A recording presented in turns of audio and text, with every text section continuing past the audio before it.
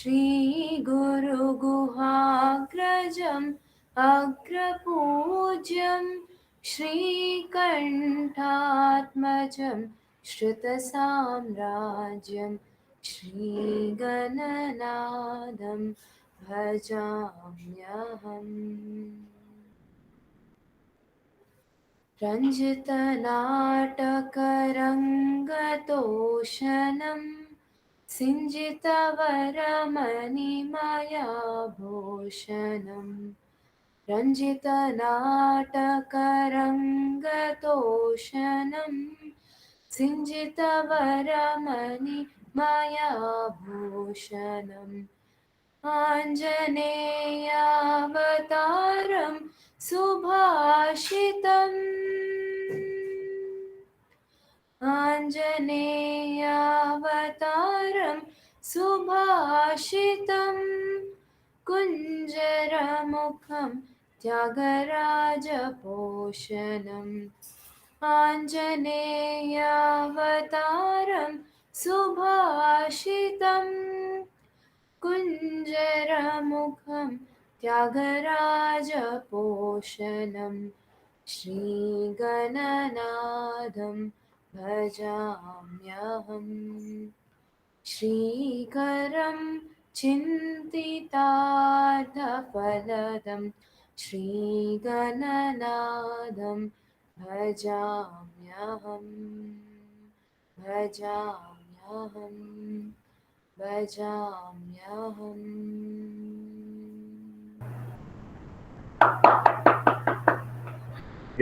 Very good, బాగుందమ్మా. మీ చెల్లి కూడా పాడుతున్నట్టుంది, అది కూడా పాడుతుంది. ఇద్దరు కలిపి పాడొచ్చు. పాడింది కదా ఇంతకుముందు ఏదో పాడుతుంది, నువ్వు పాడుతుంటే ఇటు ఒకటే పాడుతుంది సార్. ఇద్దరు కలిపి పాడొచ్చు, మంచిదే. Very good. ఈ నవ్య ఎవరమ్మా?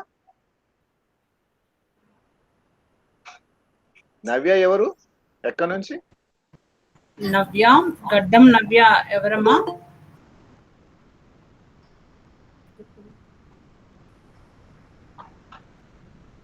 మేబీ ఆ కాలేజ్ గ్రూప్ నుండి అనుకుంటాను సార్.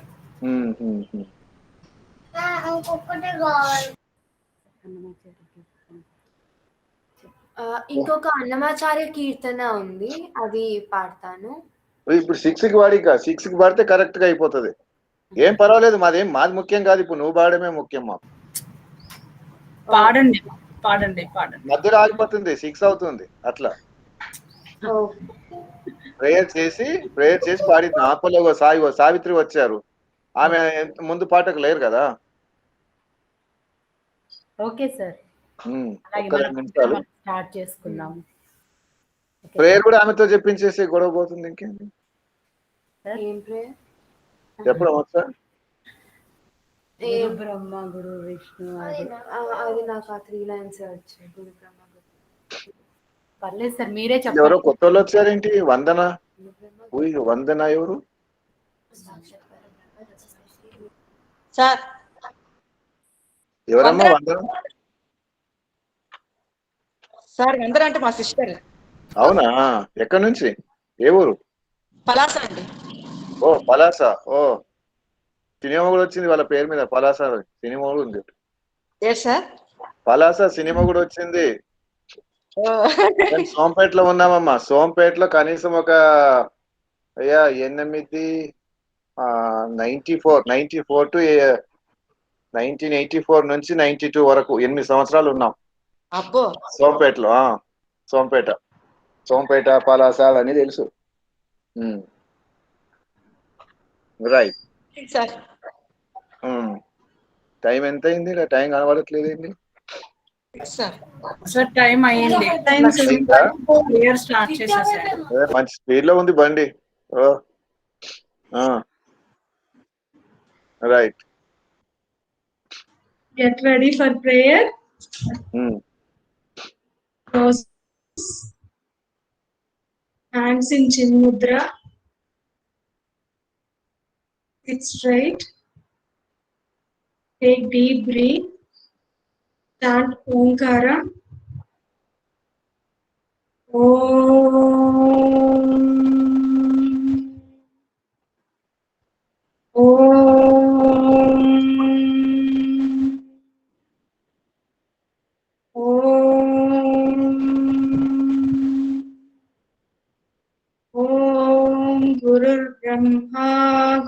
विष्णुः गुरुर्देवो महेश्वरः गुरुः साक्षात् परं ब्रह्म तस्मै श्री गुरवे नमः। ॐ सहना भवतु सहनौ भुनक्तु सह वीर्यं करवावहै तेजस्विनावधीतमस्तु मा विद्विषावहै। ॐ शान्ति शान्ति शान्तिः। हरि ओम तत्सत्। Rub your palms, the noise. Open your eyes gently. Thank you, sir. Over to you. Thank you very much. Sir గురు బ్రహ్మ అవి కూడా స్పీడ్ గా చెప్పాలా సార్? సరిపోతుందా ఇది? చాలు బాగానే చెప్తున్నావు. అంటే ఇంకొద్దిగా స్లో కూడా చెప్పొచ్చు సరే, కానీ ఏం పర్వాలేదులే. ప్రేయర్ మనం రాజారావు సార్తో చెప్పిద్దాం, బాగా చెప్తారు పొద్దున. స్టార్టింగ్ ప్రేయర్ రాజారావు సార్తో చెప్పిస్తే బాగా చెప్తారు. అది కాకపోయినా పాట పాడతారు, మనకు రాదట్లా. తర్వాత అందరు తిడతారు, ఇక మనకు అంత బాగా చెప్పట్లేదు అంటారు ఇక మనల్ని. అది right.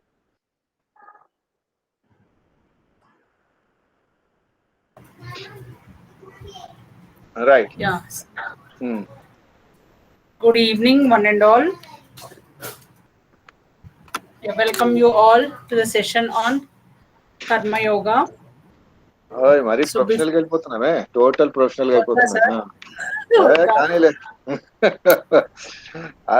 So let it be a cordial meeting. Okay, then ఎవరో okay. కొత్త వాళ్ళు వస్తే అప్పుడు ఆ ప్రొఫెషనల్ మీటింగ్ కి వెళ్దాం. కానీ సరే, అయితే మనం మన పాపని పిలిచేద్దాము. అన్నమాచార్య కీర్తన. అమ్మా సాయి మహిత పాడండి నాన్న. మైక్ అదే కెమెరా దగ్గర పెట్టుకోమ్మా. నువ్వు కిందికి అయిపోయావు, కెమెరా కొద్దిగా కిందికి దించు. నువ్వు దగ్గరికి వెళ్ళు, మైక్ దగ్గర వెళ్ళి బాగా వినబడుతుంది. ఏం పాట ముందు చెప్పు మాకు ఒకసారి. వెట్టి వలపు చల్లకు. ఓకే, దాని గురించి చెప్పు. పాట గురించి ఏమన్నా ముందు ఎవరు రాశారు, ఏంటి అదేదో ఉంటాయి కదా, తాళము అవేమో. అన్నమాచార్య కీర్తన సార్. అది అట్లా చెప్పేస్తే మాకు కొంత ఐడియా వస్తుందా? రైట్. వెట్టి వలపు చల్లకు విష్ణుమూర్తి నాతో వెట్టదీర మాటాడు విష్ణుమూర్తి. వెట్టి వలపు చెల్లకు విష్ణుమూర్తి నాతో వెట్టదీర మాటాడు విష్ణుమూర్తి. వినయము చేసేవు విష్ణుమూర్తి, నీవు వెనుకటి వాడవెగా విష్ణుమూర్తి. వినయము చేసేవు విష్ణుమూర్తి, నీవు వెనుకటి వాడవెగా విష్ణుమూర్తి. వినవయ్యా మా మాటలు విష్ణుమూర్తి, మమ్ము వెనుకొని పట్టకు మీ విష్ణుమూర్తి. వినవయ్యా మా మాటలు విష్ణుమూర్తి, మమ్ము వెనుకొని పట్టకు మీ విష్ణుమూర్తి. వెట్టి వలపు చెల్లకు విష్ణుమూర్తి నాతో వెట్టదీర మాటాడు విష్ణుమూర్తి. వెరవుగల వాడవు విష్ణుమూర్తి, నేడు వెరగైతే నిన్ను చూచి విష్ణుమూర్తి. వెరవుగల వాడవు విష్ణుమూర్తి, నేడు వెరగైతే నిన్ను చూచి విష్ణుమూర్తి. విరివాయే నీ మాయలు విష్ణుమూర్తి, నాకు విరులిచ్చేవప్పటికీ విష్ణుమూర్తి. విరివాయే నీ మాయలు విష్ణుమూర్తి, మాకు విరులిచ్చేవప్పటికీ విష్ణుమూర్తి. వెట్టి వలపు చెల్లకు విష్ణుమూర్తి నాతో వెట్టదీర మాటాడు విష్ణుమూర్తి. వెలసనే సేతలెల్ల విష్ణుమూర్తి, మా వెలుపనాలోన నీవే విష్ణుమూర్తి. విలసనే సేతలెల్ల విష్ణుమూర్తి మా వెలుపనాలోన నీవే విష్ణుమూర్తి వెలలేని శ్రీ వెంకట విష్ణుమూర్తి కూడి విలసిల్లితి నాతో విష్ణుమూర్తి వెలలేని శ్రీ వెంకట విష్ణుమూర్తి కూడి విలసిల్లితి నాతో విష్ణుమూర్తి వెట్టివలపు చెల్లకు విష్ణుమూర్తి నాతో వెట్టదీర మాటాడు విష్ణుమూర్తి నాతో వెట్టదీర మాటాడు విష్ణుమూర్తి నాతో వెట్టదీర మాటాడు Vishnumurthy Vishnumurthy Vishnumurthy thank you very good. ఇష్టం వచ్చినప్పుడు రావచ్చు అమ్మా, ఓకే ఇష్టం వచ్చినప్పుడు ఎప్పుడు కావాల్సి అప్పుడు వచ్చి పాడవచ్చు, నీ ఇష్టం. మిమ్మల్ని ఇక రోజు పిలవం, నువ్వు ఎప్పుడు వచ్చినా welcome. Thank you for giving this opportunity sir. Thank you ఏం లేదు, ఇప్పుడు అంతా మీది మనదే, ఇది మనదే, ఇది నీదే అనుకో. ఇంకా మీ ఫ్రెండ్స్ వచ్చి ఎవరైనా పాడతామన్నా తీసుకురా. Okay sir. మా ప్రోగ్రామ్ ఇది నా ఇష్టం అని చెప్పు నువ్వు. రైట్. కొంచెం వాయిస్ పెంచాలి ఇట్లాంటి పాటకి, స్పీడ్ కొంచెం. అది మైక్ దగ్గర పెట్టుకోవాలి, మైక్ దూరంగా ఉన్నావు నువ్వు. Okay sir. కొంచెం స్పీడ్, బాగా బక్కగా ఉన్నావు కొంచెం కాస్తంతా. Right right, all the best. ఇంకా thank you so much sir. అరే రే రే, నువ్వేం థ్యాంక్ యూలే అమ్మా, నువ్వు మా అమ్మాయి వాళ్ళనే నువ్వు కూడా. రైట్. ఇంకా సండే నెక్స్ట్ ఏంటి? అవును, ఇవి 21st నాడు చేసేదానికి కొంత ఒక పేజ్ ఉంది రాసుకోలేనిది, రాసుకుందామా తర్వాత చూద్దామా? రాసుకుందాం సార్, అందరం ఉన్నాం కదా. అందరం ఉన్నా, ఈ కొత్త వాళ్ళు ఉన్నారు, వాళ్ళు ఫీల్ అవుతారేమో అని ఆలోచిస్తున్నాను. ఎవరో ముగ్గురు ఉన్నారుగా, ఇది ఎవరు ఎవరు ఎవరు ఒక్క ఆమెనే ఉన్నట్టుంది. శ్రావణి ఎవరమ్మా? స్టూడెంట్ ఏమా శ్రావణి?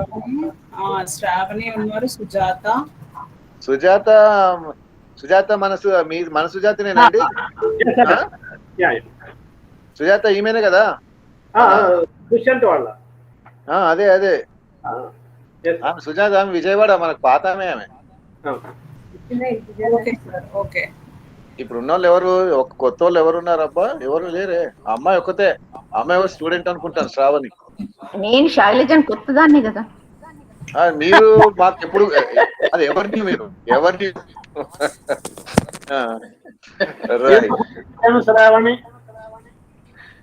రైట్.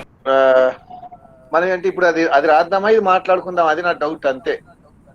అదొకటి అయితే నాకు ఫేజ్ అయిపోతుంది, మీరు ఇక ప్రాక్టీస్ లోకి వెళ్ళిపోతారని, అంతే. సార్ రాసేద్దాము, ఈ లోపు ఎవరైనా జాయిన్ అయ్యే వాళ్ళు ఉన్నా కూడా జాయిన్ అవుతారు మన వాళ్ళు. రైట్, అయితే రాయండి, అయితే రాసేయండి. International yoga protocol, international yoga protocol అంటే మనం ఏ విధంగా చేస్తాం? 21st June. సార్ అందరూ రాసుకునేమా సార్? అందరూ మీరు మీ ఇష్టమే, వీళ్ళందరూ రోజు వచ్చి సాయంత్రం ఇవన్నీ రాసుకుంటున్నారని వాళ్ళకి చెప్తున్నాను. Okay okay. వీళ్ళు అంటే వీళ్ళందరూ కూడా రేపు 21st నాడు వీళ్ళే క్లాస్ తీసుకుంటారు. Okay sir. వీళ్ళే క్లాస్ తీసుకుంటారు. మీ అమ్మాయి తీసుకుంటానే ముందు ఆ అమ్మాయితోనే మొదలెడదాం. ముందు పాట పాడితే పాట పాడుతుంది, అదే ప్రేయర్. కాకపోతే ముందు లేవాలి మరి, నువ్వు ఆ రోజు లేస్తుందా ముందు? సరే చూద్దాంలే, అప్పటికి ఆలోచిద్దాం. రాసుకోండి. Next first PMA 1. PMA అంటే తెలుసు మనకి, ఈ కాళ్ళ ఉండొద్దు, only hands and neck exercises, only hand and neck exercise.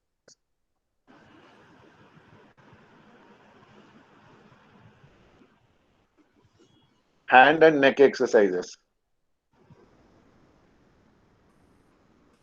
Next standing exercises.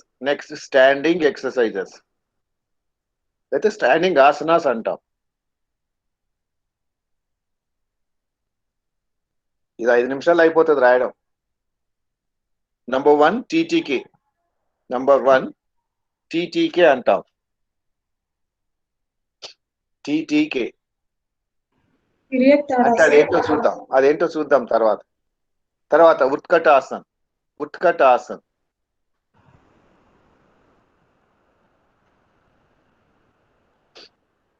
తర్వాత వృక్షాసన్. వృక్షాసన్ వృక్షాసన్ నెక్స్ట్ పాదహస్తాసన్. పాదహస్తాసన్ అర్ధచక్రాసన్. అర్ధచక్రాసన్ త్రికోణాసన్. అంటే ఇది గవర్నమెంట్ ఆఫ్ ఇండియా ఈ ప్రపంచం మొత్తం మీద చేసే ఆసనాలు అన్నమాట, ఆ రోజు చేసేవి. Second sitting postures. Sitting asanas, sitting postures second category. దాంట్లో butterfly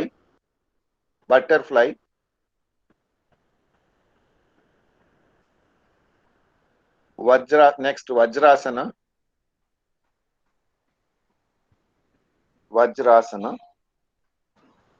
next Ustrasana.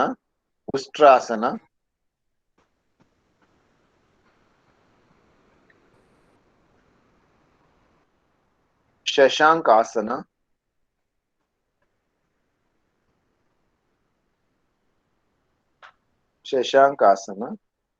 మండూకాసన. Vakrasana. Right, ఇవి sitting postures. Next prone position. PRONE. Prone position అంటే పొట్ట మీద పడుకొని చేసేవి. మకరాసన్.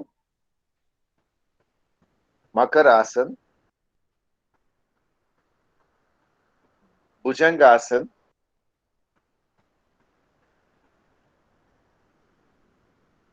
శలభాసన్.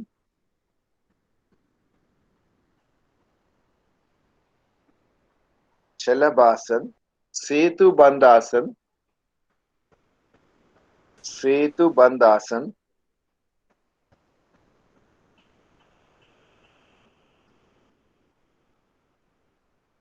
उत्तान पदासन.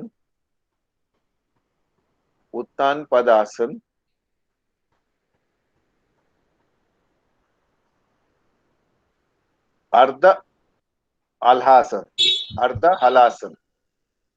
ऑफ हलासन. తర్వాత PMA పవన్ ముక్తాసన్.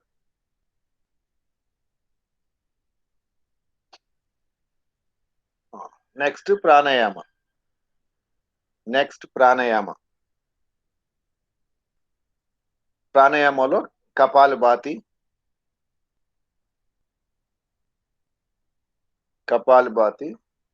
భస్త్రిక, నాడీ శోధన, శీతలి, భ్రమరి.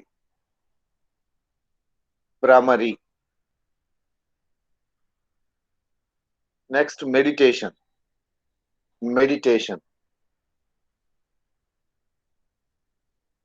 మెడిటేషన్ లో ఏదో ఒకటి చెప్పుకుంటాం. అది ఏంటి అనేది మనకు ప్రస్తుతానికి అక్కర్లేదు. దీంట్లో ఒకటి శాంభవి ముద్ర అని రాసుకోండి చాలు. శాంభవి ముద్ర. సో ఇది మనం చేసేటువంటి విధానం. మళ్ళీ ఒక్కసారి చూడండి. ఫస్ట్ ప్రేయర్ ఉంటుంది. తర్వాత Pawan ముక్తాసన series part 1 only hand and neck exercises. తర్వాత standing asanas, sitting asanas, prone position, supine asanas, pranayama, meditation, మళ్ళీ ప్రేయర్. అక్కడికి అది అయిపోతుంది. రైట్, ఇది దీంట్లో ఎన్ని భాగాలు వచ్చాయంటే మనకి స్టాండింగ్, సిట్టింగ్, ప్రాన్ పొజిషన్, ప్రాణాయామ 4 భాగాలు వచ్చాయి. దీంట్లో ఇవి తెలిస్తే పర్వాలేదు, తెలియకపోతే రేపు అడగండి, క్లాసులోనే చెప్పేద్దాం. అందరం చేసినట్టు అవుతుంది, మనకు వస్తాయి. రైట్. సో ఈ దాంట్లో ఇంకే డౌట్ ఉన్నా రేపు ఉదయము 7 o'clock లోగా మొత్తం క్లారిఫై అయిపోవాలి. ఇంకా ఏ ఆసనం ఎలా చేస్తారు అనే డౌట్ రాకూడదు. రేపు సండే నాడు పవన్ ముక్తాసన సిరీస్ 3 ఉన్నాయి. Pavan ముక్తాసన series part 1, part 2, part 3. తర్వాత సూర్య నమస్కారాలు, చంద్ర నమస్కారాలు. ఒక్కొక్కరు 10 నిమిషాలు. పార్ట్ 1 10 నిమిషాలు చెప్పాలి ఒకరు. పార్ట్ 2 ఇంకొకరు 10 నిమిషాలు చెప్పాలి. పార్ట్ 3 ఇంకొకరు 10 నిమిషాలు. 3 10 30 అయ్యాయి. ఇంకొకరు సూర్య నమస్కారాలు 4, ఇంకొకరు చంద్ర నమస్కారాలు 4. అంటే మొత్తం ఎంతమంది అయ్యారు? 5 మంది చెప్తారు. 5 10 50, అంటే 5:30 నుంచి 6:30 వరకు చెప్పడం అయిపోతుంది. ఆ టైంలోనే ఇచ్చిన 10 నిమిషాల్లోనే ఎంతైతే అంతే చెప్పండి, మిగిలిన వదిలేయండి, తర్వాత వాళ్ళకి ఛాన్స్ ఇస్తారు. ఓకేనా? అర్థమైందిగా? ఇది చెప్పగలరు కదా? ఇది ఎవరు పవన్ ముక్త, ఎవరు పార్ట్ 1 పార్ట్ 3 ఎవరు, అలానే సూర్య నమస్కారాలు ఎవరు, చంద్ర నమస్కారాలు ఎవరు, ప్రాణాయామ శిరీష ఫస్ట్ క్లాస్ గా చెప్తుంది, చెప్పుకెళ్ళిపోని ఇంకా ఓ దాంట్లో పర్ఫెక్ట్ అయిపోతుంది ఆమె. తర్వాత ప్రాణాయామ చెప్పినప్పుడు ఏం చేద్దామంటే, ఇది మొత్తం కూడా స్టార్టింగ్ కూడా చెప్తున్నావు కదా, సెన్సిటైజేషన్ ఆఫ్ ప్రాణాయామ అప్పుడు వద్దు. ఎందుకంటే మనం కళ్ళు మూసుకుంటున్నాము, సెన్సిటైజేషన్ అంటే మళ్ళీ కళ్ళు తీసి ఇటు కదలాల్సి వస్తుంది. మళ్ళీ దాంట్లో మనం కాయస్థైర్యం అన్నాం, బాడీ స్టెబిలిటీ ప్రాక్టీస్ చేస్తున్నాం, మళ్ళీ బాడీ మూవ్మెంట్స్ వస్తాయి. అందుకని అదొక్కటి పక్కన పెట్టే. అర్థమైంది శిరీష? అంటే కాయస్థైర్యం ప్రాక్టీస్ చేస్తున్నాం, కళ్ళు మూసుకున్నాం కాబట్టి అది తర్వాత పెట్టుకుందాం. సెన్సిటైజేషన్ ఆఫ్ లంగ్స్ కానీ, ఎక్స్టెన్షన్ ఆఫ్ లంగ్స్ కానీ పక్కన పెడదాం. మిగతాయి చెప్తారు. మిగతాయి 9 సార్లు చెప్తే మీకు టైం ఉండదు. అందుకని 3 సార్లు చెప్పండి చాలు. అన్ని 3 సార్లే. అబ్డామినల్, థొరాసిక్, క్లావిక్యులర్ అన్ని 3 సార్లు. తర్వాత నాడీ శోధన, తర్వాత అర్ణవ విలోమ చెప్పినప్పుడు ఇప్పుడు స్టెప్ 1 చేస్తున్నామని చెప్పొద్దు. నువ్వు అనుకోవచ్చు, చెప్పేవాళ్ళు అనుకోవచ్చు, now let us practice inhale exhale only through right, inhale exhale only through left, 3 rounds అలా చెప్పుకెళ్ళిపోవాలి. తర్వాత విల్ ప్రాక్టీస్ 1:1, 3 rounds అలా. ఓకే. తర్వాత exhale from left, inhale from right, something ఏదో చెప్పేది స్టెప్ అని వాళ్ళకి చెప్పొద్దు. మనం స్టెప్ బై వెళ్తాం, అది మనం నేర్చుకొని మనకు గుర్తు పెట్టుకొని చెప్పడానికి. వాళ్ళకి స్టెప్ 1, స్టెప్ 2, స్టెప్ 3 అంటే లేనిపోయిన కన్ఫ్యూజన్ అదంతా కూడా. అది అక్కడ చెప్పక్కర్లేదు. సో ఫస్ట్ క్లాస్ ఇక రేపు మొత్తము మీరే చెప్తున్నారు. I take only last 15-20 minutes, only 15-20 minutes. అది కూడా ఎప్పుడు? ఈ రోజు మనం రాసుకున్న ఉన్నాయి కదా, ఈ రోజు మనం రాసుకున్న దాంట్లో ఇంకేదైనా అనుమానాలు ఉన్నట్టయితే ఏ ఆసనం ఎలా చేయాలో చెప్తాను రేపు పొద్దున, అది క్లారిఫై అవుతుంది. ఇది అయిన తర్వాత ఎల్లుండి నుండి రోజు మీరే చెప్తారు. ఓర్ స్టిచ్చింగ్, ఓర్ స్టాండింగ్, ఓరేమో ప్రాన్ పొజిషన్, ఓరేమో ప్రాణాయామ, మీరే చెప్తారు. అప్పుడు 4 రోజులు ప్రాక్టీస్ అవుతుంది మనకి. So that is the procedure. Right. ఇక ఇప్పుడు ఈ రోజు కార్యక్రమానికి వద్దాం. సో ఈ రోజు కార్యక్రమం ఏంటి అనుకున్నాం మనం? కర్మయోగ అనుకున్నాం. రైట్. ఇప్పుడు ఇక మొత్తం ఆపేసి, అవన్నీ మొత్తం ఆపేసి వినుకుంటూ కూర్చోండి, అంతే, ఇంకేం చెయ్యక్కర్లేదు. Karma yoga, what is this karma yoga, ఎక్కడి నుండి వచ్చింది, ఏంటిది? రైట్. ఫస్ట్ ఏం గుర్తు పెట్టుకోవాలి అంటే, as per the Hindu scriptures, Hindu philosophy దాంట్లో బేసిక్ ఏంటంటే 4 Vedas. 4 Vedas are the basic of Hindu philosophy. 4 వేదాలని ప్రమాణంగా తీసుకుంటారు హిందూ ఫిలాసఫీలో. అసలు ఇదంతా ఏంటి?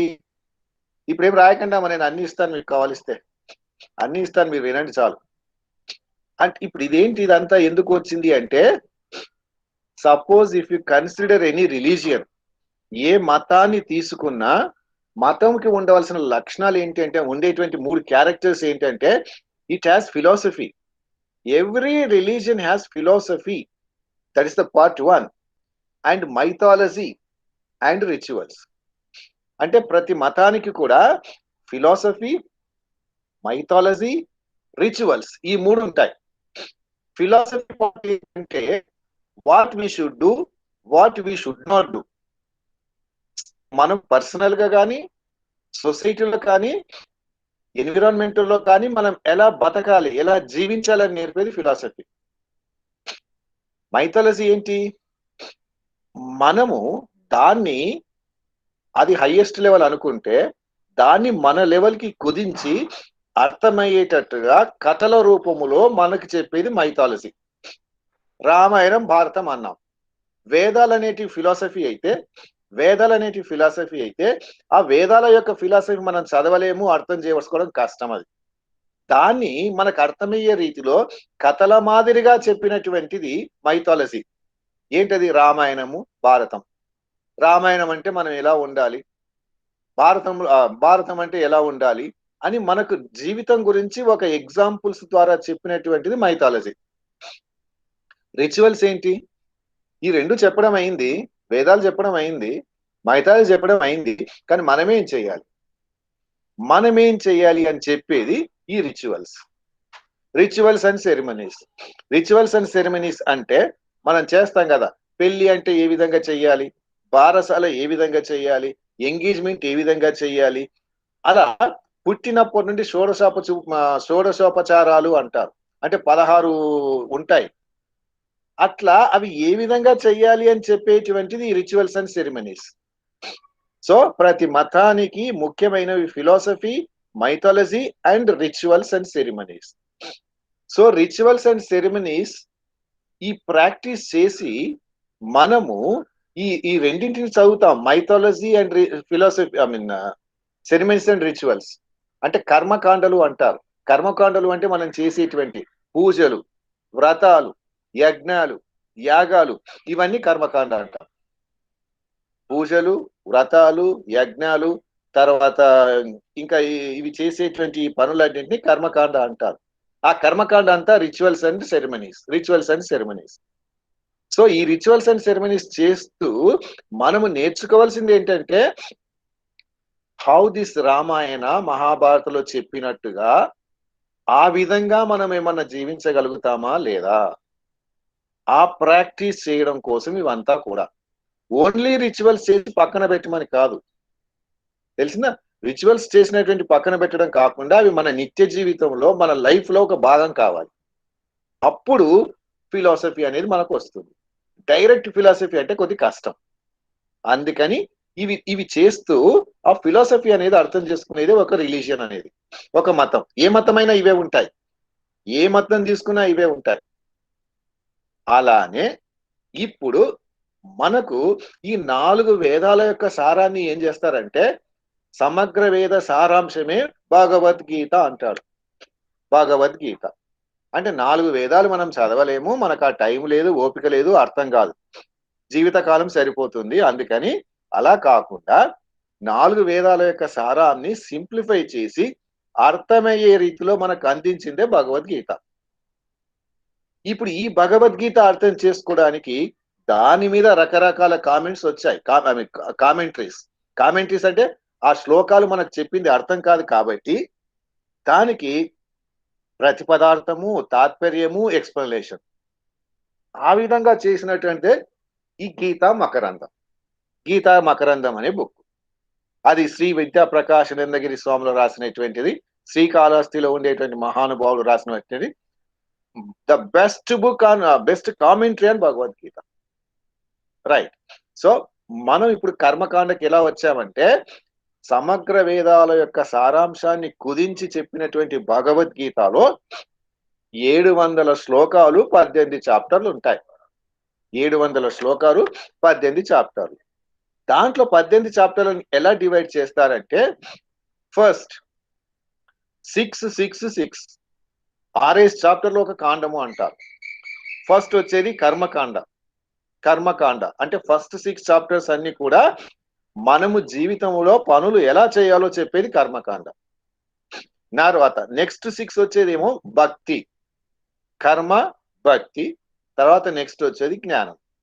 అంటే సమగ్ర వేద సారాంశమైనటువంటి భగవద్గీతలో ఉండే చాప్టర్లు 18, 700 శ్లోకాలని ఏ విధంగా డివైడ్ చేసాం మనం? మొదటి 6 చాప్టర్లు కర్మకాండ లేక కర్మయోగము అంటారు, కర్మకాండ అంటారు. రెండవ అంటే 7 నుంచి 14 అనుకోండి. అంటే ఫస్ట్ 6 ఏమో కర్మకాండ, కర్మయోగము.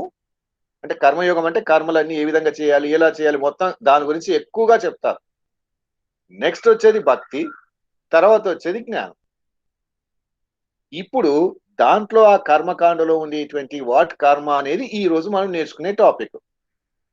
అది దాని గురించి మనం మాట్లాడుకుంటున్నాం. ఈ మూడింటిని ఎందుకు ఇలా డివైడ్ చేశారు అంటే, మనుషుల్లో ముఖ్యంగా 3 క్వాలిటీస్ ఉంటాయి. మనుషులే కాదు, ఇన్ నేచర్ కూడా చెప్తాడు వాడు. In nature we have 3 qualities, 3 గుణాలు అంటాం. 3 గుణాస్, 3 క్వాలిటీస్. అవేంటి? తమో గుణము, రజగుణము, సత్వగుణం. సత్వ, రజ, తమో గుణాలు అంటారు. So in nature or in human being we have this 3 qualities. ఆ 3 క్వాలిటీస్ ఏంటంటే సత్వ, రజ, తమో గుణాలు అంటారు.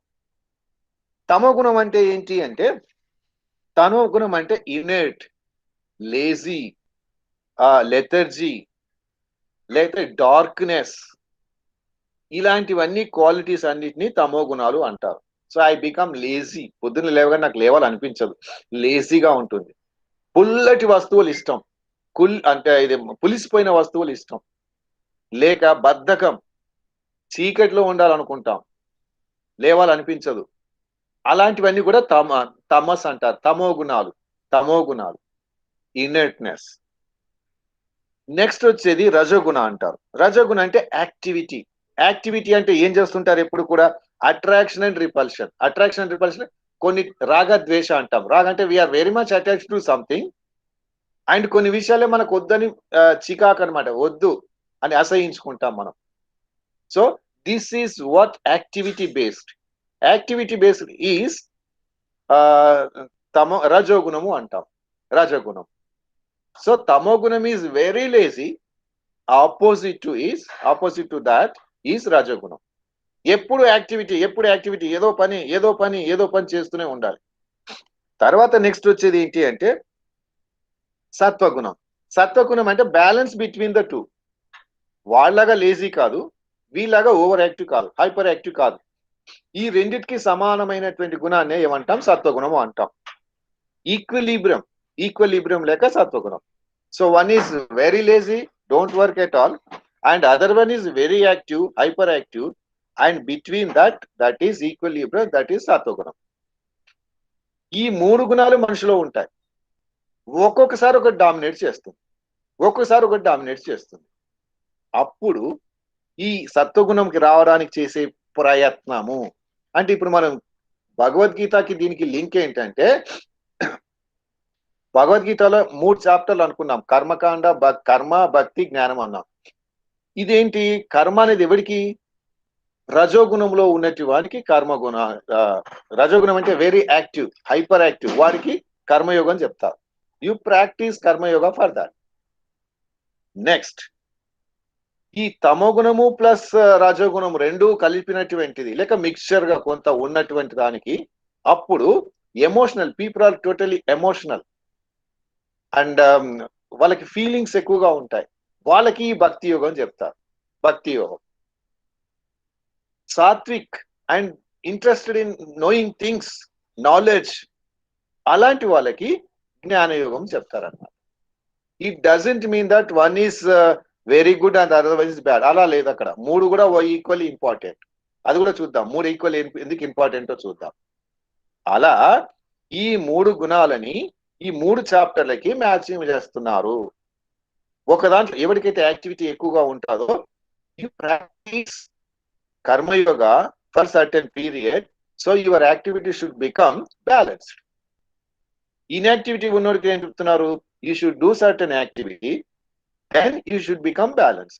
Balance ఉన్నవాడికి ఏం చెప్తున్నారు? You try to know what you are.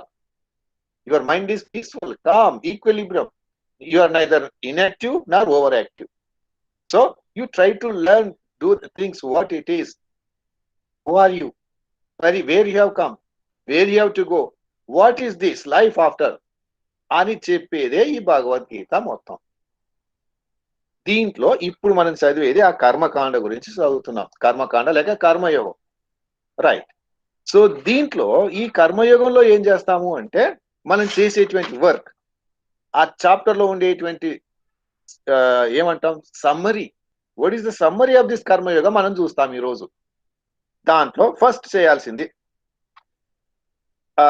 అనాసక్త భావంతో నియమిత కర్మలు ఎన్ని రకాలో చూద్దాం. మొదట కర్మలు ఎన్ని రకాలో తెలిస్తే ఏం చేయాలో చూద్దాం మనం. ఈ కర్మలలో ఎన్ని రకాలు చెప్తారంటే, ఒకటి నిత్య కర్మలు అంటారు. నిత్య కర్మలు అంటే మనము రోజు చేసేటువంటి పనులు. రోజు చేసే పనులు ఏంటి? తినడము, తిరగడము, మన పనులు చేసుకోవడము, ఆఫీస్ వర్కులు, ఇవన్నీ కూడా. దీంతో పాటుగా సంధ్యావందనం అంటారు. మార్నింగ్ లేవగానే ఏదో పూజా కార్యక్రమాలు, దేవుడి దగ్గర దీపం పెట్టి ఏదో తెలిసినటువంటి విషయాలు మనం నిత్యం చేసేటువంటి, నిత్యం బ్రష్ చేసుకోవడం కూడా అదే. బ్రష్ చేసుకోవడము, స్నానం చేయడము, తినడము, ఆఫీస్కి వెళ్ళడము, పనులు చేసుకోవడం, ఇవన్నిటిని నిత్య కర్మలు అంటారు. Daily activities, daily routine things నిత్య కర్మలు అంటారు. ఇవి చేయాల్సిందే, చేయకుండా ఉండలేరు, చేయాలి. తర్వాత నైమిత్తిక కర్మలు అంటారు. నైమిత్తిక, ఇవి నిత్య ఒకటి, నైమిత్తిక అంటారు. నైమిత్తిక అంటే ఆబ్లిగేటరీ, అప్పుడప్పుడు చేసేవి. అప్పుడప్పుడు చేసేవి ఏంటవి? ఇంట్లో సత్యనారాయణ వ్రతం పెట్టారు, రోజు ఉండదు కదా. అలానే మన ఏమంటాం, మనం హోమం చేస్తాం, రోజు చేయరు, అప్పుడప్పుడు చేసుకుంటారు. పండగలకి పబ్బాలకి అంటారే, అట్లా. అవి నైమిత్తిక. ఫస్ట్ ఏమో నిత్య కర్మలు, రోజు చేసేవి, అందరూ చేసేవి. మనం బ్రష్ చేసుకోవడం దగ్గర నుండి, స్నానం చేసే దగ్గర నుండి, డ్రెస్ చేసుకోవడము, తయారవడం, ఆఫీస్కి వెళ్ళడము, తినడము, తిరగడం, అన్ని కూడా దాంట్లోనే వస్తాయి నిత్య కర్మలు. అలానే సంధ్యావందనం, పొద్దున సాయంత్రం చేసుకునేది కూడా దాంట్లోనే, అన్ని దాంట్లోనే ఇక. సో దట్ ఈస్ నిత్య కర్మలు. నైమిత్తిక కర్మలు అంటే అప్పుడప్పుడు చేసేవి. అప్పుడప్పుడు చేసేవి ఏంటి? అప్పుడప్పుడు చేసేవి ఏంటి అంటే, సత్యనారాయణ వ్రతం చేసాము, లేకపోతే ఇంకేదో వ్రతం చేసాము, లేదో యజ్ఞం చేసాము, రోజు చేయలేవి, అప్పుడప్పుడే చేస్తాం. అవి నైమిత్తిక కర్మలు అన్నాం. మూడవది కామ్య కర్మలు అంటారు. Kamya means desire. Kamya means desire. కోరికలు తీర్చుకోవడం కోసం చేసే పనులను కామ్య కర్మలు అంటాం. కోరికలు తీర్చుకోవడం కోసం. ఏం కోరిక? పిల్లలు లేరు, పిల్లలు కలగాలి. పిల్లలు కావాలని పుత్ర కామేష్టి యజ్ఞం అని చేస్తున్నారు. అది ఎంతవరకు నిజము, అవునా కాదా, we are not going in to that details. పుత్ర కామేష్టి యజ్ఞం చేస్తారు. అలానే ఇట్లా కొన్ని యజ్ఞాలు, యాగాలు, వర్షం పడాలని, దీనికని దానికని కొన్ని కొన్ని పనులు చేస్తారు కదా, వాటిని ఏమంటారు? కామ్య కర్మలు అంటారు. You are doing it with a desire. ఒక కోరిక ఫుల్ఫిల్ కావడానికి, నాకు సక్సెస్ కావాలి జీవితంలో, ఇట్లా చెప్పి చేసే కర్మలు ఏమంటామంటే కామ్యకర్మం. ఈ కామ్యకర్మ, 3 రకాల కర్మలు వచ్చాయి మనకి ఇప్పుడు. ఫస్ట్ ఏంటి? నిత్య కర్మలు, రోజు చేసేవి. నైమిత్తిక కర్మలు, అప్పుడప్పుడు చేసేవి.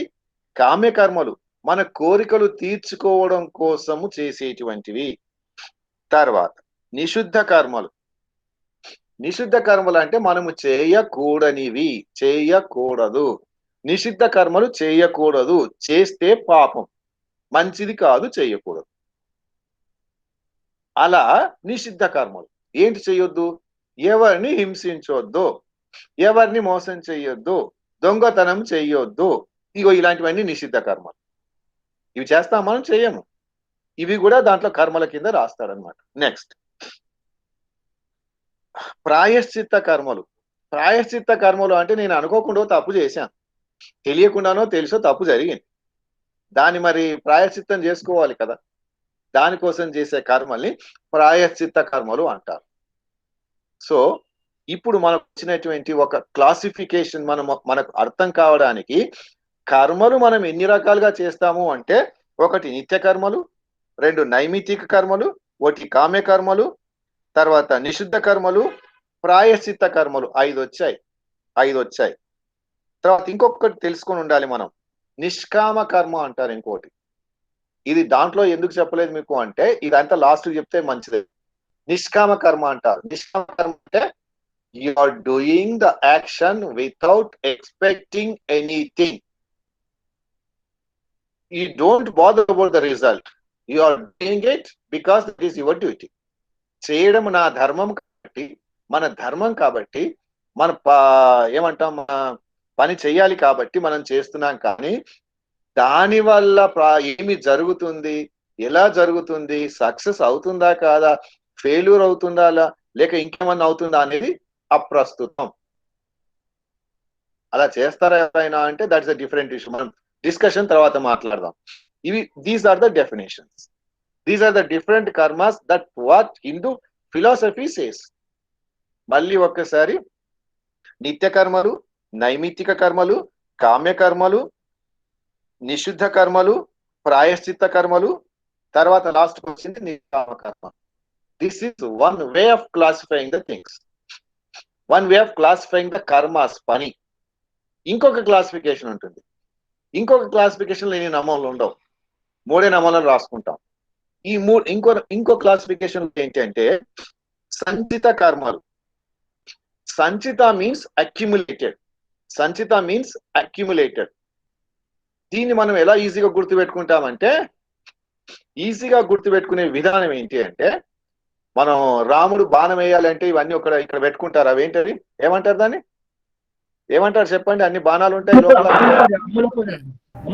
వీడియోస్ అని తెలియట్లేదు.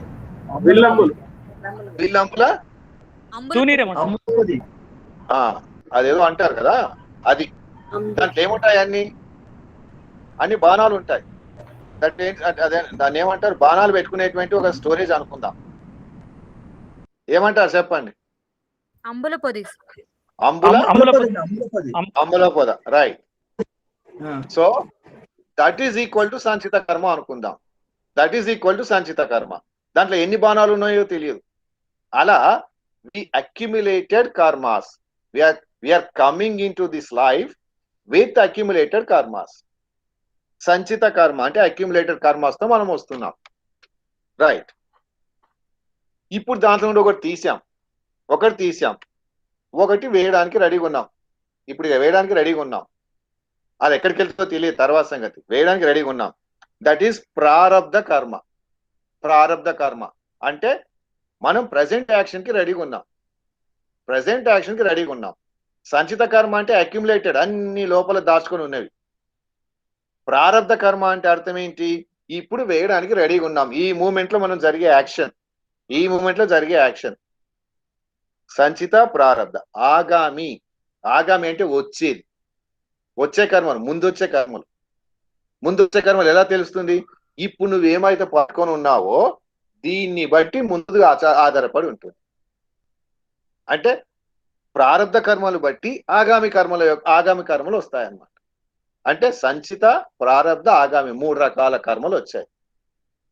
ప్రారబ్ధ కర్మలు అంటే మనం ఇంతకుముందు చేసిన దాని యొక్క రిజల్ట్ మనం అనుభవించాల్సిందే. ఏదో పెళ్లికి వెళ్ళాము, మసాలా పెట్టారు, అన్ని ఫుడ్ ఏదో రకరకాలు పెట్టారు, ఇష్టం వచ్చినట్టుగా తిన్నాం. తిన్నంత వరకు ఆగామి కర్మనే. తిన్న తర్వాత రేపు వచ్చింది, దాని గురించి కడుపు నొప్పి వచ్చిందో, ఆస్తమా వచ్చిందో, ఇంకేదో అయింది కదా. ఇవన్నీ ఎప్పుడు దేని వల్ల వచ్చాయి? ఇవి నిన్న మొన్న నువ్వు చేసిన పని యొక్క ఫలితం ఈ రోజు అనుభవిస్తున్నాం. మంచి చెడు. అలా ఇప్పుడు చేసే పనిని బట్టి రేపు వచ్చేటువంటి రిజల్ట్ ఆధారపడి ఉంటుంది అంటాడు. మరి ఈ రోజు రిజల్ట్ ఎక్కడిది? ఈ రోజు రిజల్ట్ నువ్వు ఎప్పుడో పాతకాలంలో, ఇంతకుముందు పుట్టినప్పటి నుండో, పుట్టక ముందు జన్మలో నువ్వు కూడా చెప్తాడు. నువ్వు ఏమేం పనులు చేసావో దాన్ని బట్టి ఈ రోజు అనుభవిస్తున్నావు. ఒకటే చూడండి, మనం ఉండేటువంటి ప్లేస్ లో, ఊరు ఏదైనా, ప్లేస్ ఏదైనా, దేశం ఏదైనా, ఒకడు very rich, very powerful, very dynamic, అంతా చక్కగా ఉంటారు. అదే ప్రదేశంలో పక్కింట్లో ఇంకోటి వెరీ పూర్, లేక వాడు అంత దరిద్రం అనుభవించవచ్చు, లేక ఇన్ని సుఖాలు అనుభవించడు. మరి వాడికి వీడికి తేడా ఏంటి? ఏమైంది? ఎందుకు వచ్చింది ఇదంతా? సో దాన్ని బట్టి వాడు ఏం చెప్తాడంటే, because of your past karmas, పోయిన జన్మలోనో అంతకు జన్మలోనో నువ్వు చేసినటువంటి మంచి, చెడు, పాపము, పుణ్యము వల్ల ఈ జన్మలో నువ్వు ఇలా అనుభవిస్తున్నావు. గమ్మత్ ఏంటంటే we believe Hindu philosophy, we believe in karma సిద్ధాంతము కదా. మరి ఈ జన్మలో మంచి చేస్తే వచ్చే జన్మలో బాగుగా ఉంటాము అనే సంగతి మనం అర్థం చేసుకోవాలా లేదా మీరే డిసైడ్ చేయండి. వచ్చే జన్మలో కూడా బాగానే ఉండాలి అంటే ఈ జన్మలో పనులు ఎలా చేయాలి అది అర్థం కావాలి మనకు. అప్పుడు మనము ఈ రోజు చేసే పనులన్నీ సక్రమంగా చేస్తాం. అది అర్థం కాలేదు అనుకోండి, ఇప్పుడే ఈ జన్మలోనే ఇప్పుడు పిల్లలు ఉన్నారు, పిల్లలు వెరీ ఇంటెలిజెంట్ పిల్లలు కొందరు, నువ్వు ఎంత చెప్పినా రాదు వాడికి డల్. వన్ బికమ్స్ ఓడేమో లీడర్ అవుతాడు, ఓడేమో పొలిటీషియన్ అవుతాడు, ఓడేమో ఇంకా వేరే వేరే ప్రొఫెషన్లు వెళ్తారు. ఎక్కడుండి వచ్చాయి ఈ గుణాలన్నీ? మరి ఉంటేనే ఓడేమో వెరీ ఇంటెలిజెంట్ అవుతాడు, ఈ other maybe very stupid fellow. ఒకే తల్లి పిల్లలు ఒకేసారి పుట్టారు, ఒకటే అంతా. మరి ఎందుకు ఇలా అయింది అంటే ద కర్మ సిద్ధాంతం ఏం చెప్తుంది అంటే మనం చేసినటువంటి కర్మలు ఫలాలు ఏమున్నాయో దాన్ని బట్టి మనం ఈ రోజు ఇలా అనుభవిస్తున్నాం. మంచి అయితే మంచి, చెడు అయితే చెడు. మరి ఇది నిజమైతే మనం అన్ని మంచి పనులు ఎందుకు చేయట్లేదు? ఎదుటి ఎందుకు మోసం చేస్తున్నాం? మోసం చేస్తే మనం మళ్ళీ ఎక్కడైనా మోసపోతాం కదా అనే ఆలోచన రావడానికి ఈ కర్మ సిద్ధాంతం అంతా కూడా. సో ఆ విధంగా సంచిత, ప్రారబ్ధ, ఆగామి ఈ కర్మల్ని ఈ విధంగా మనం డివైడ్ చేశాం. కర్మలు ఇలా డివైడ్ చేశాం కదా, ఈ కర్మలని మనం ఏ విధంగా చేయాలి చెప్పేదే కర్మయోగం. ఏ విధంగా చేయాలి ఇవంతా చేసాం, బాగానే ఉంది. అంటే ఇంతవరకు నేర్చుకున్నదంతా ఒక ఏంటంటాం మనం ఇంట్రొడక్షన్ లాగా, లేక కర్మలు అంటే ఏంటి ఎలా చేయాలో తెలిసింది. ఇప్పుడు చేసే విధానం ఏంటంటే ఫస్ట్ ఒకటి నిష్కామ కర్మము అని వచ్చింది. మనం నిష్కామ కర్మ అంటే ఫలాపేక్ష లేకుండా కర్మలు చేయడం. ఫలాపేక్ష లేకుండా అంటే రిజల్ట్ అనేది don't worry about the result, I will look after it. I అంటే that Brahman is ultimate God. Don't label just Krishna as Bhagwan. Krishna may be Bhagwan or రాముడు may be Bhagwan, okay, but more than that is Brahman ultimate God. Vedas ఎవరు చెప్పారు ఇంతకి? వేదాస్ చెప్పిన వాళ్ళు ఎవరు? దాని సారాంశం చెప్పారు కరెక్టే. ఓ తెలుగు పుస్తకం ఇస్తే కనకరాజు బాగా తెలుగులో బాగా ఎక్స్ప్లెయిన్ చేశాడు వాళ్ళ పిల్లలందరికీ. కనకరాజు చెప్పిన లెసన్ బాగుందని అందరం అన్నాం, కానీ కనకరాజు ఏ పుస్తకం చూసి చెప్పాడు, ఎక్కడ నుండి చెప్పాడు? ఆ తెలుగు పుస్తకం రాసినోడు ఎవడు? అది తెలియాలి కదా. అలానే వేదాలంతా ఎవరు చెప్పారు? Ultimate god or the Brahman ఎవరో చెప్పినవి కాదు కదా, వాళ్ళ నుంచి వచ్చినవి అంటాం మనం, ఎవరో రాసినవి కాదు. Is written by so and so, date so and so, published in the year అనేం లేదు కదా.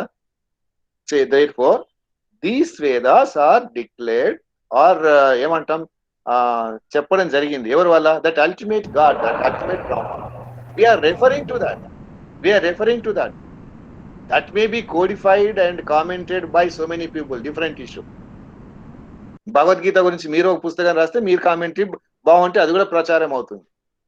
30 మంది ఉంటే 30 మంది ప్రచారం పెట్టుకోవచ్చు పుస్తకాల మీద. మీరు రాసి published by, written by, commentary by అని రాసుకోవచ్చు. తర్వాత ఇప్పుడు ఇలాంటప్పుడు మనం ఏం చేస్తున్నాము అంటే నియమిత కర్మలు అంటే మనం చేసేటువంటి పనులు అనాపేక్షగా అంటే ఫలాపేక్ష లేకుండా చేయడమే కర్మయోగం. ఒకటి. రెండవది యజ్ఞము యాగము చేస్తాం కదా, యజ్ఞ యాగాదులు చేస్తున్నప్పుడు మనకు డబ్బులతో అవసరం వస్తుంది. ఎందుకంటే కొన్ని ఇలా చేయాలి అలా చేయాలి పద్ధతులు ఇవన్నీ చాలా ఉంటాయి. అయితే ఈ పద్ధతులు తెలియనోడు జీవితంలో వేస్టా? మరి ఏదో నలుగురు యజ్ఞ యాగాదులు చేపిస్తారు, వాళ్ళందరూ మిగతా వాళ్ళందరూ కూర్చొని చేస్తారు. అంటే ఇప్పుడు అవి చేయలేని స్థితిలో ఉన్న వాళ్ళకి డబ్బులు లేకపోవచ్చు, విధానము తెలియకపోవచ్చు, లేక చేసే ఓపిక లేకపోవచ్చు, టైం లేకపోవచ్చు. మరి వాళ్ళందరూ వేస్ట్ అయ్యాక అంటే వాళ్ళు ఇంకా ఒక జీవితంలో ఇంకా ఉపయోగం లేదా? అంటే వీళ్ళు ఇంకెందుకు పనికిరారా? అంటే ఇక్కడ చెప్పేది ఏంటి అంటే మీరు మీ యొక్క డ్యూటీని సక్రమంగా చేస్తే అది యజ్ఞ యాగాదులతో సమానము. స్టాంచ్ బిలీవర్స్ ఆఫ్ హిందూయిజం చెప్పేది ఒకటే, if you really believe Hinduism, really believe Bhagavad Gita, ఆ దాంట్లో చెప్పినటువంటి శ్లోకాల్లో 17 నుంచి 24 శ్లోకం వరకు వాడు చెప్పేది ఇదే విషయం. జ్ఞానము సాక్షాత్ భగవానుడు, జ్ఞానియు సాక్షాత్ భగవానుడు, లోక సంగ్రహణార్థం కర్మలు చేస్తారు. లోక సంగ్రహణార్థం అంటే వితౌట్ ఎనీ ఫలాపేక్ష లేకుండా చేస్తారు. నువ్వు ఈ కర్మని ఫలాపేక్ష లేకుండా చేసినట్టయితే అప్పుడు ఖచ్చితంగా దీన్ని ఏ విధంగా చూస్తారు? ఇది యజ్ఞయాగాలు చేసిన దానితో ఫలితంతో సమానంగా చూస్తారు. మరి భగవద్ మీద ప్రమాణం చేసి 4 సార్లు ఇటు అటు అటు ఎన్నిసార్లు చదివాం కదా, మరి ఇది ఎందుకు అర్థం కాలేదు మనకి అనేది క్వశ్చన్ మార్క్ వేసుకోవాలి. నేనే పొద్దున లేచి పూజలు పునస్కారాలు బ్రహ్మాండంగా చేస్తున్నాను కదా, వాడికన్నా గొప్పగానే మనకి ఎంతమందికి ఫీలింగ్ ఉండవచ్చు? ఉందా లేదా? వాడు ఏం లేదు, ఎప్పుడు అదే పనులు, ఎప్పుడు అదేదో పని చేస్తూ ఉంటాడు తప్ప వాడికి పూజ లేదు పునస్కారం లేదు అని ఎన్నిసార్లు అని ఉంటామేమో కదా. సో ఈ విధంగా కర్మ చేసిన వాడైనప్పటికీ, రోజు పూజలు పునస్కారాలు చేసినప్పటికీ, ఇంకోటి ఇవన్నీ నాకేమి అక్కర్లేదని ఏదో చదువుకుంటూ కూర్చొని ఏదో తెలుసుకుందామని ఏదో చేస్తున్నప్పటికీ ఎవడైనా ఒకటే, ఎప్పుడు ఫలాపేక్ష లేకుండా చేస్తున్నప్పుడు యజ్ఞయాగాదులతో సమానం. అది చెప్పడం. తర్వాత ఇంకోటి రాగము ద్వేషము అంటాడు. ఇవి చాలా ఎక్కువగా వస్తాయి. రాగం అంటే అటాచ్మెంట్, ద్వేషం అంటే రిపల్షన్.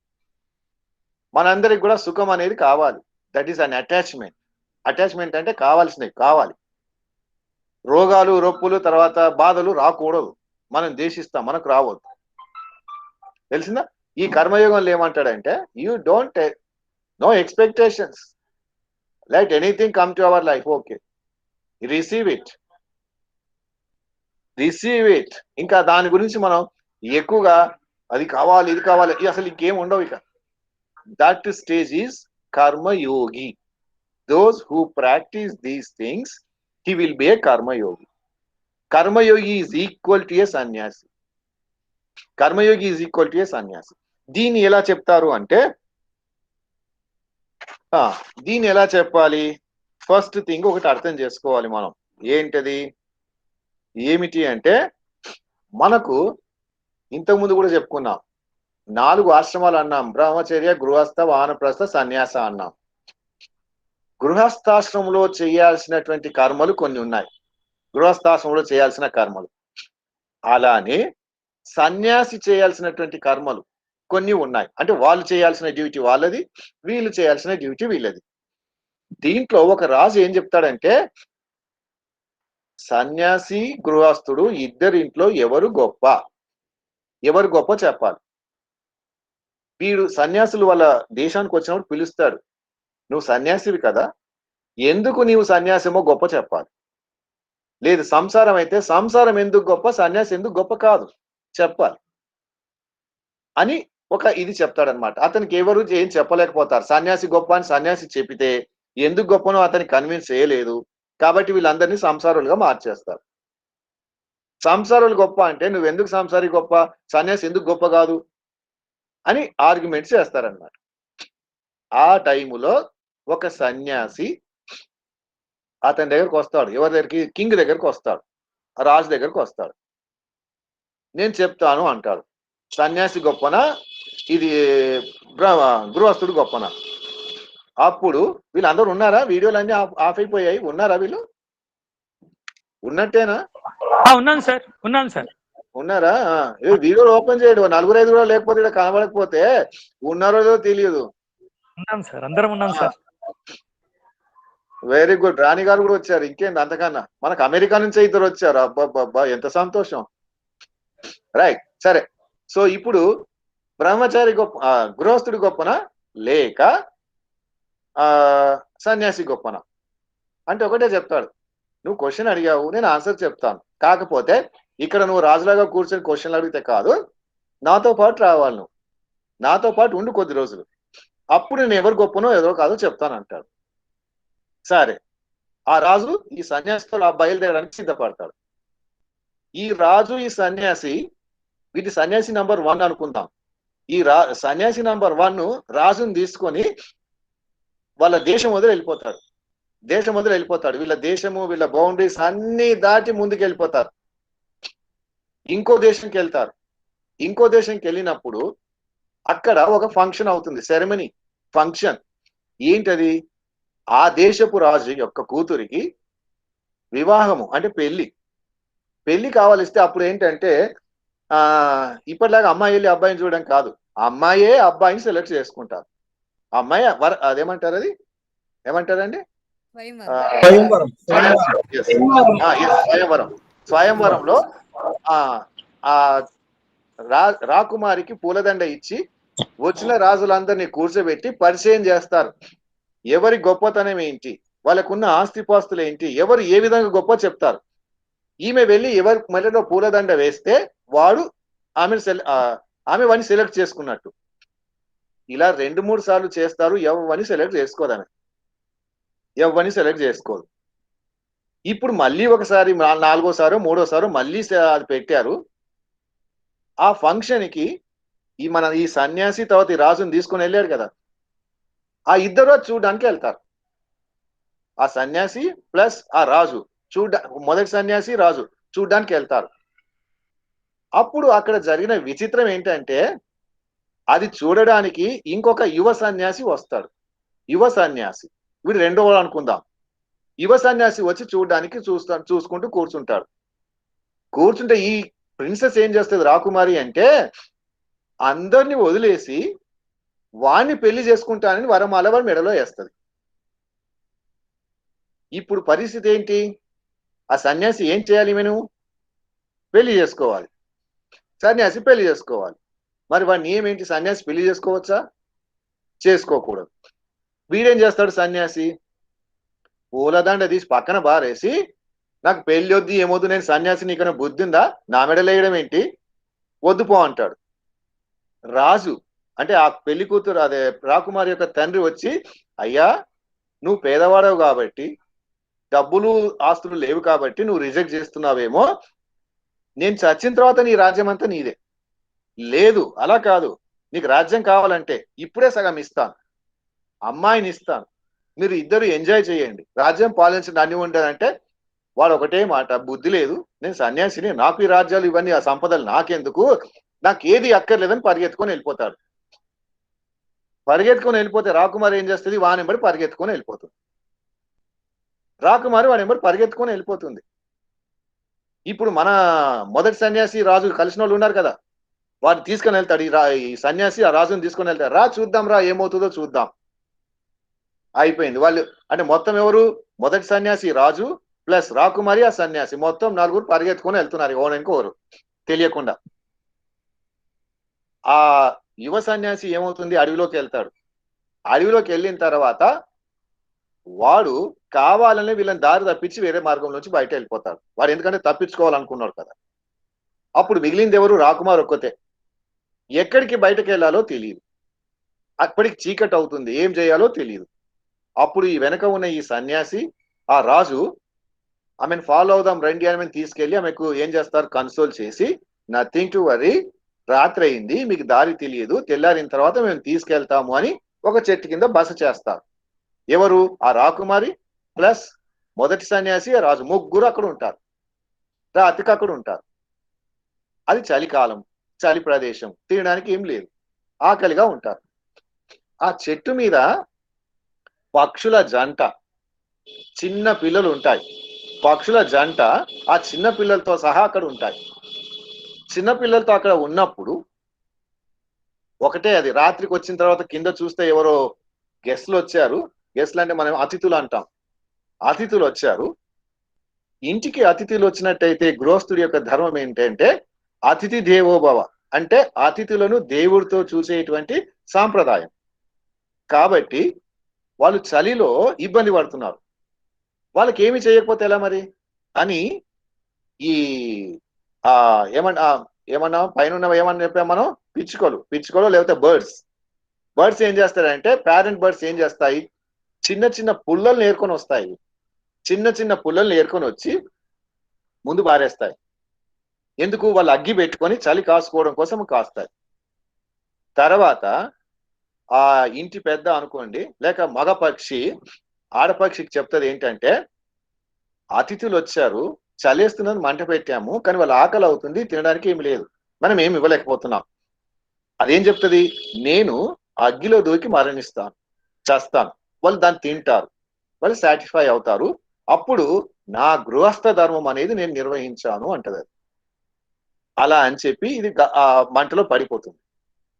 ఈ ముగ్గురు ఏమనుకుంటారు, అయ్యో మనం రక్షించలేకపోతున్నాం అనే ఆలోచించలోపనే పడిపోతుంది, అది చనిపోతుంది. భర్త చనిపోయిన తర్వాత భార్య ఏం చేస్తుంది, కరెక్టే కదా, అక్కడ ముగ్గురు ఉన్నారు కదా, ఇతను ఆ ఉద్దేశంతో ఏ ఉద్దేశంతో అయితే చనిపోయాడో ఆ ఉద్దేశం ఫుల్ఫిల్ అవ్వట్లేదు, కాబట్టి నేను కూడా పడతానని పిల్లలకి చెప్పి ఇది పడిపోతుంది. అంటే ఆలుమొగలు ఇద్దరు మగ పక్షి ఆడపక్షి రెండు పడిపోయాయి. పిల్లలు ఏం చేస్తాయి, అమ్మ నాన్న చెప్పిన సాంప్రదాయంలో మనం వెళ్ళాలి కదా, వాళ్ళు ఇచ్చారు, వాళ్ళ ముగ్గురు ఉన్నారు, ఇద్దరే కదా, రెండే కదా పిచ్చుకలు పడ్డవి, అవునా, వాళ్ళకి సరిపోదు కదా అని మిగిలిన ఒకటో రెండో పిచ్చుకలు కూడా దాంట్లో పడిచేస్తాయి. ఇదంతా సన్యాసి ప్లస్ రాజు చూస్తారు.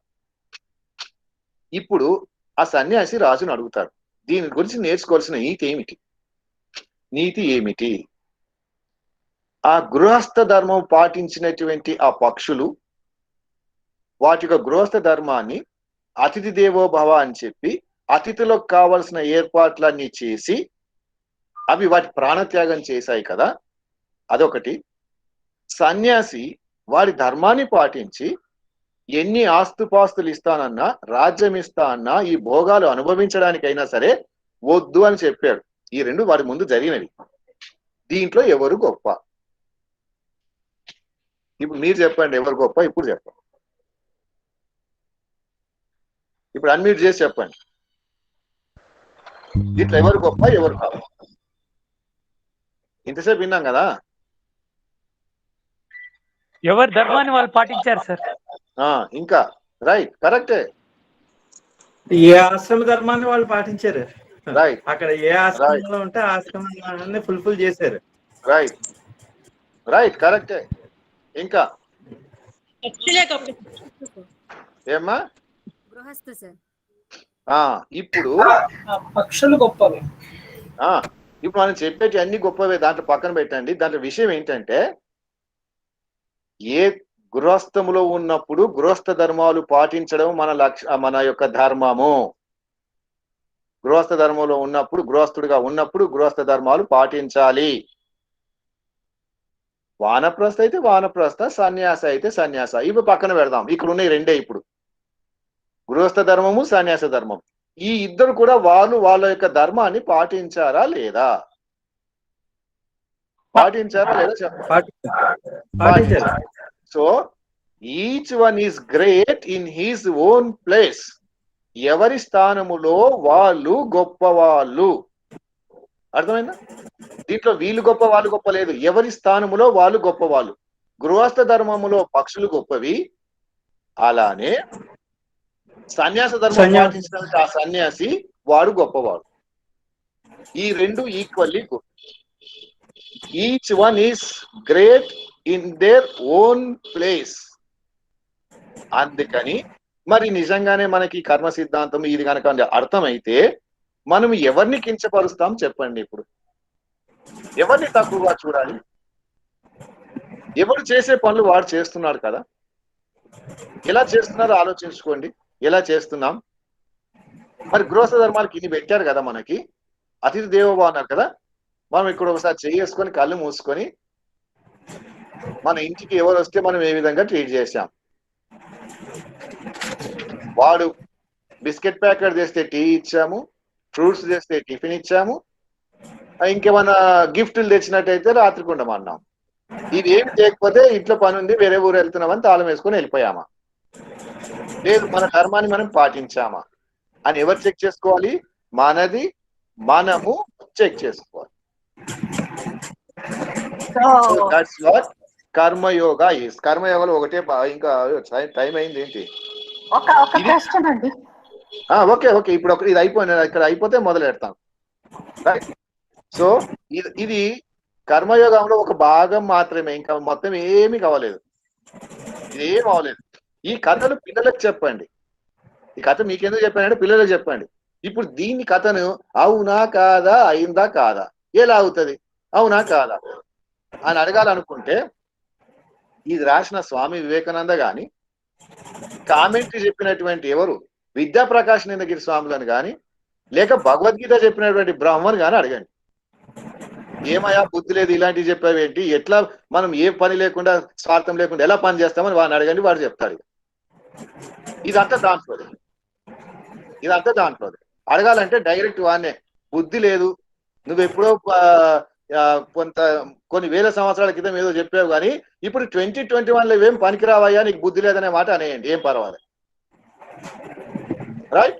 ఒకవేళ వాడు చెప్పేది నిజంగా నమ్మినట్టయితే, నమ్మినట్టుగా నటిస్తే కాదు, నమ్మినట్టయితే ఫాలో అంతవరకే. ఇప్పుడు కరెక్ట్ 7 అయింది. ప్రేయర్ చేసి ఆపేద్దాము. దిస్ ఇన్కంప్లీట్ ఒకటి గుర్తుపెట్టుకోండి, దిస్ ఇస్ టోటల్ ఇన్కంప్లీట్. దాంట్లో సగం కూడా కాలేదు. ప్రేయర్ చేసి ఆపిన తర్వాత మీ డౌట్లు ఏంటని అడగండి, నేను ఉంటాను. ప్రేయర్ అయిన తర్వాత ఎవరైనా ఉండాలంటే ఉండొచ్చు, వెళ్ళాలంటే వెళ్ళొచ్చు. అందుకని వాళ్ళని ఇబ్బంది పెట్టకుండా ఉండడానికి మనం చేసే పనులన్నీ కూడా. రైట్? చెప్పమ్మా, ఎవరు చెప్తారు? ప్రేయర్ చెప్పండి. ప్రేయర్ చెప్పిన తర్వాత నేను కూర్చుంటాను, అప్పుడు మీ డౌట్స్ అడగవచ్చు. మీ డౌట్లు అయ్యేదాకా కూర్చుంటానే. Right?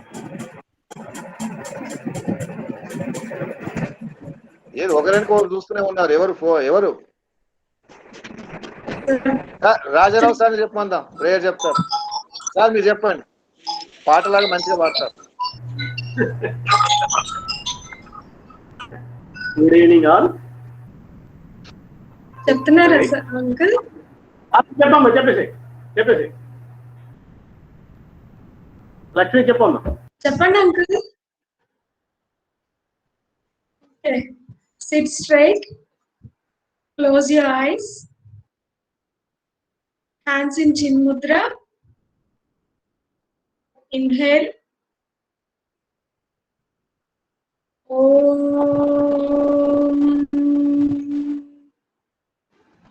Om,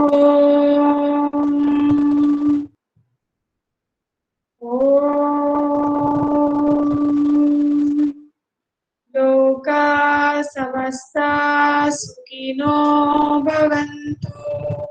Loka samasta sukhino bhavantu.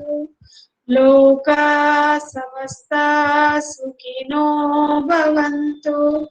Om Shanti Shanti Shanti.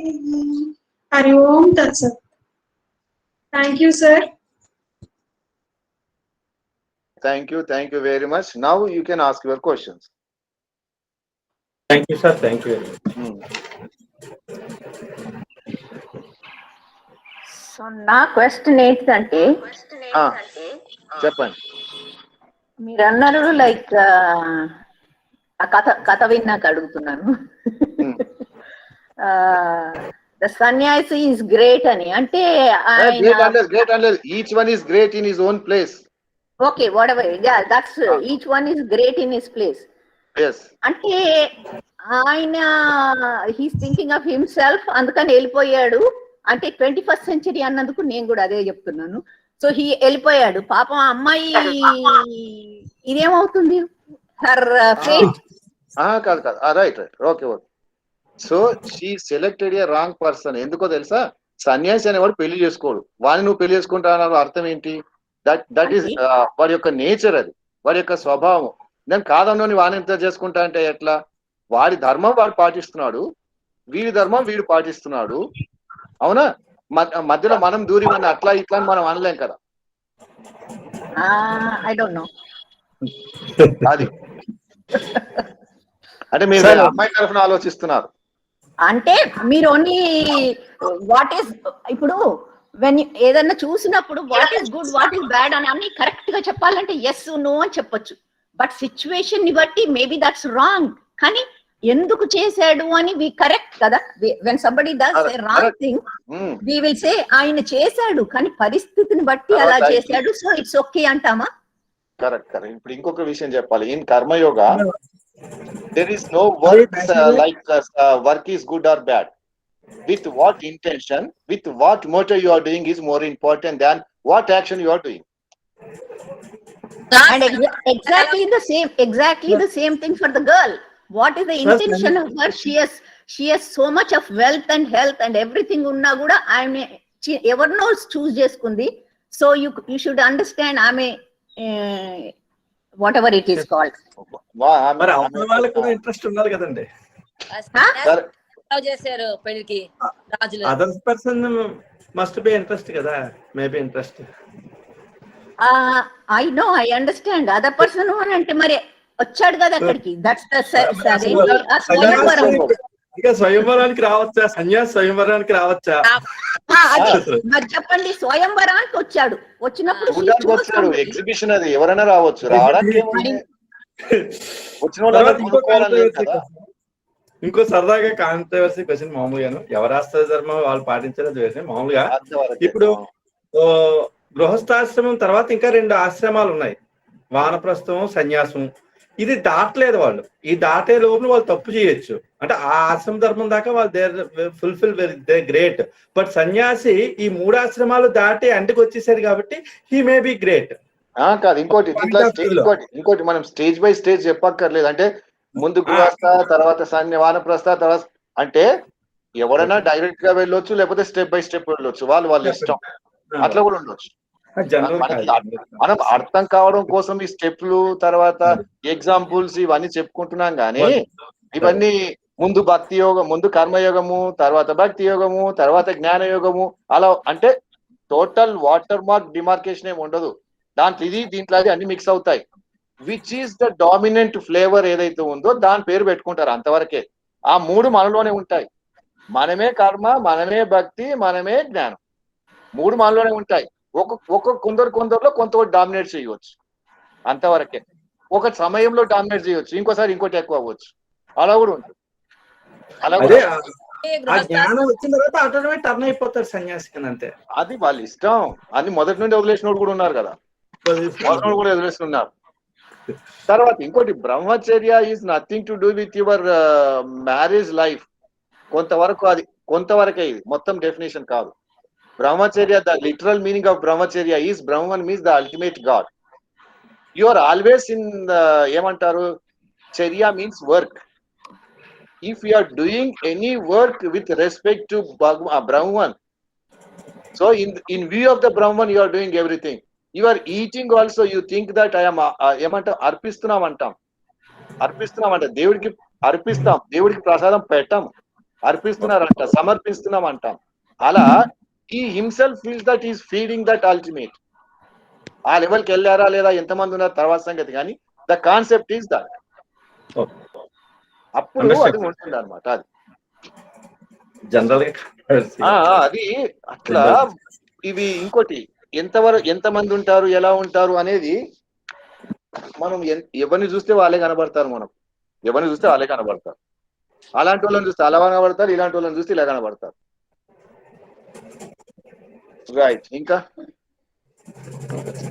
Thank you sir.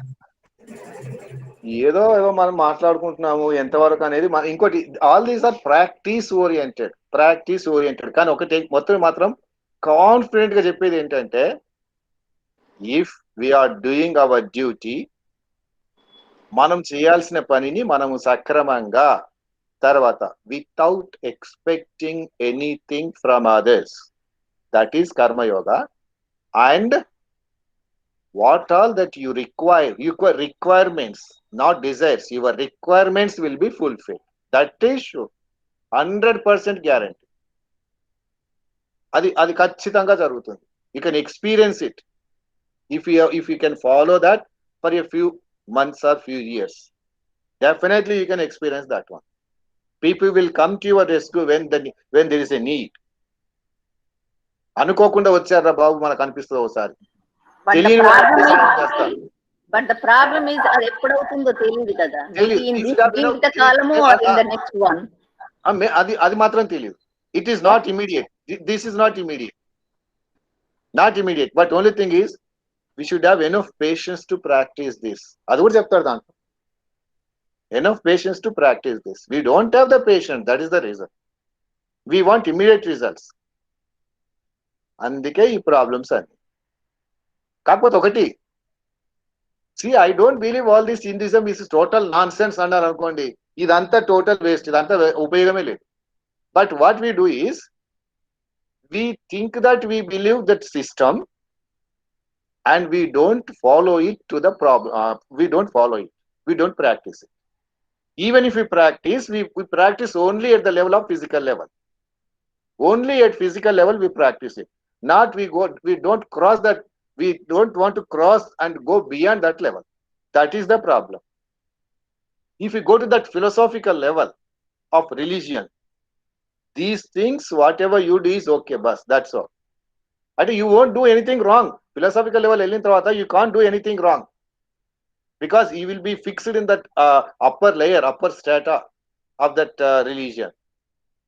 అందుకే ఇప్పుడు స్వామి వివేకానంద కూడా చెప్పింది ఏంటి, see this all religions are true, there is nothing like right or wrong, nothing right or wrong. Come on, take the philosophy of any religion. ఎక్కడైనా ఏ religion తప్పు చేయమని చెప్పిందా? We are doing right, we are doing either right or wrong. That is our mistake, we are not following. But religion, none of the religions said to do something wrong to society. మిగతా దాంట్లో వద్దులే, అది controversy అక్కర్లేదు. You take any philosophy of any religion in the world, no philosophy of any religion said do harm to the society or do harm to the others. That may be our interpretation, our misunderstanding of that particular religion.